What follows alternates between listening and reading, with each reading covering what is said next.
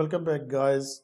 Here in our today's lecture, we are going to learn the Python variables, global variables, and scoping. It is important to understand how Python deals with the variable names you assign. When you create a variable name in Python, the name is stored in a namespace. I will explain you later about the namespace. Variable names also have a scope. The scope determines the visibility of the variable name to other parts of your code. Creating variables, like we can say variables are containers for storing the values. Python has no command to create the variables like other languages. When you first assign value to it, at the same moment it is created. So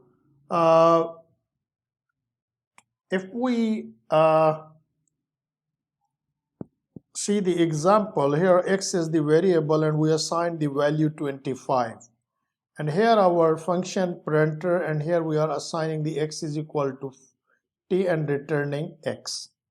So this one is the function, and here I am printing the x. So here it is showing the 25, but when I am calling this printer here, it will show what it will show. It will show the 50. So basically the creation of variables is this, and the value changing, that will be the local or the global or the inside function variable.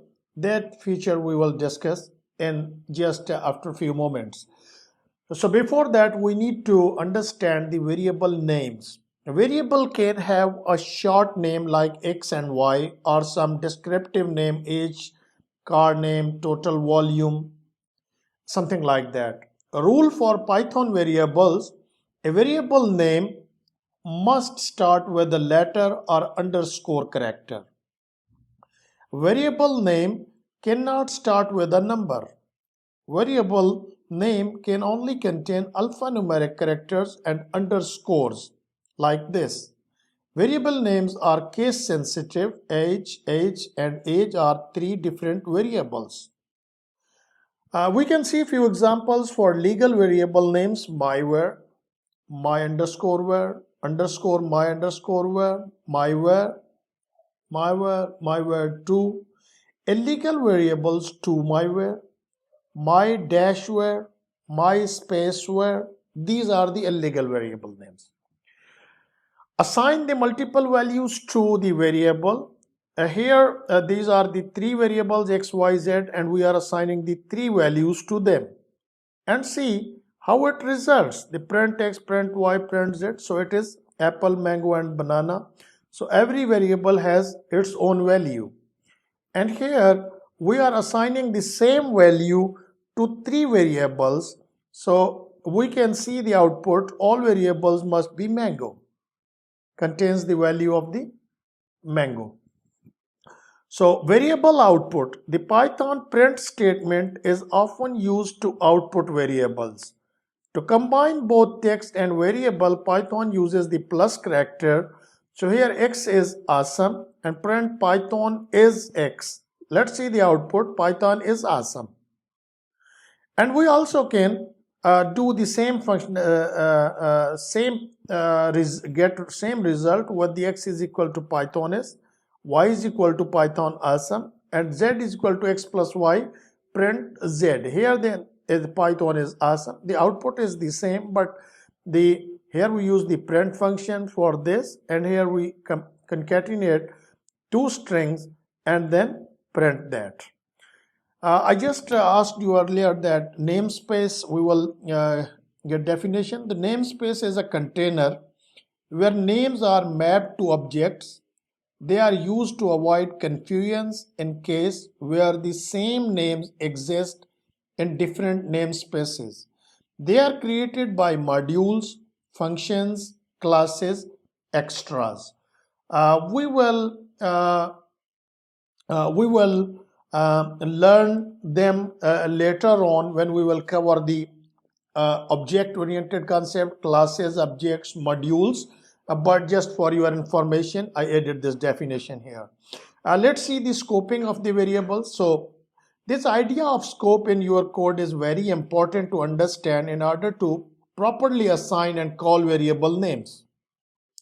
In simple terms, the idea of scope can be described by three general rules. Name assigned will create or change local names by default. Name reference search at most four scopes. These are the local, enclosing function, global, and built-in.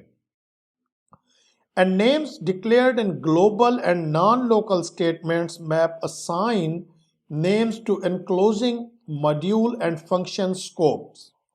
This option 2 is also known as Python Legb rule as well. Let's see what is Legb rule. In Python, Legb rule is used to decide the order in which the namespaces are to be searched for scope resolution.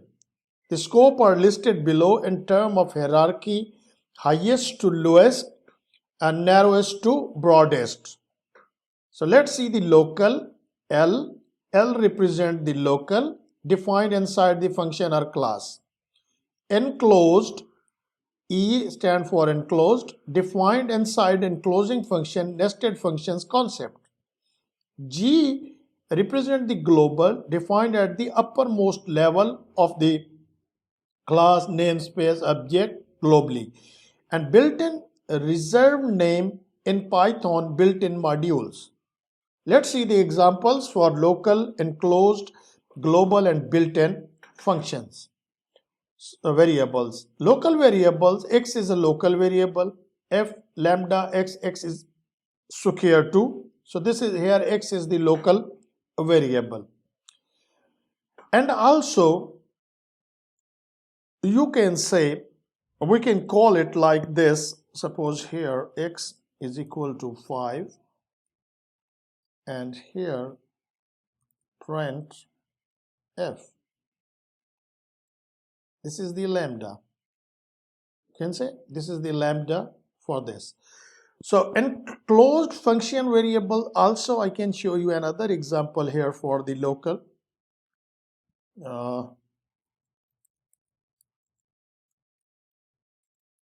To 5 print x 5. So this is the local variable example. Enclosed function variables. Hello function enclosed inside the greeting function. My name, this is the global name. Here is our function greeting. Enclosed function my name is equal to Jacob. And here is the hello function enclosed inside this greeting function. So print hello, and here we are concatenating to my name this. So hello my name. Here is the my name Jacob, and here is the my name global. And here hello we are calling this function, and then we are calling greeting. So if we run this, then it will get the hello Jacob. But if we call this as a global variable, then what happens? So let's learn about the global variables. Variables that are created outside a function, as in all of the example above, are known as global variables. Global variables can be used by everyone both inside of functions and outside. So here print my name x awesome. Definition my function print Python is x, and then call my function. Let's see what is the result for this statement. This is global name. This function print statement call this global variable, and Python is awesome. This function call this awesome. This is the outside of this. This is this. I'm just commenting it this and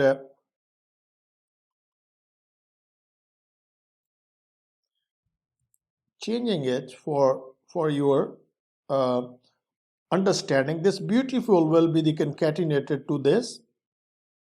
Python is beautiful. So this is the concept of the global variables.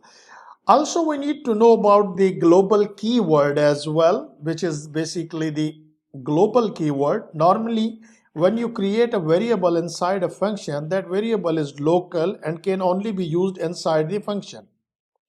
To create a global variable inside a function, you can use the global keyword. Here the definition: my function global x is equal to fantastic. My function, call this my function, and then print is x. So if we run this, so let's see the built-in function. There are the built-in function names in Python. We don't override them like we have already seen a lot of list function, and here len is the built-in function. If we execute it, this is function len object. So ending note, I believe you should now have a good understanding of scope. You may have already intuitively felt right about scope, which is great. I would like to mention you can use the globals and locals functions to check what are your current local and global variables. So I hope you enjoy this lecture. Happy learning. I'll be back with next lecture.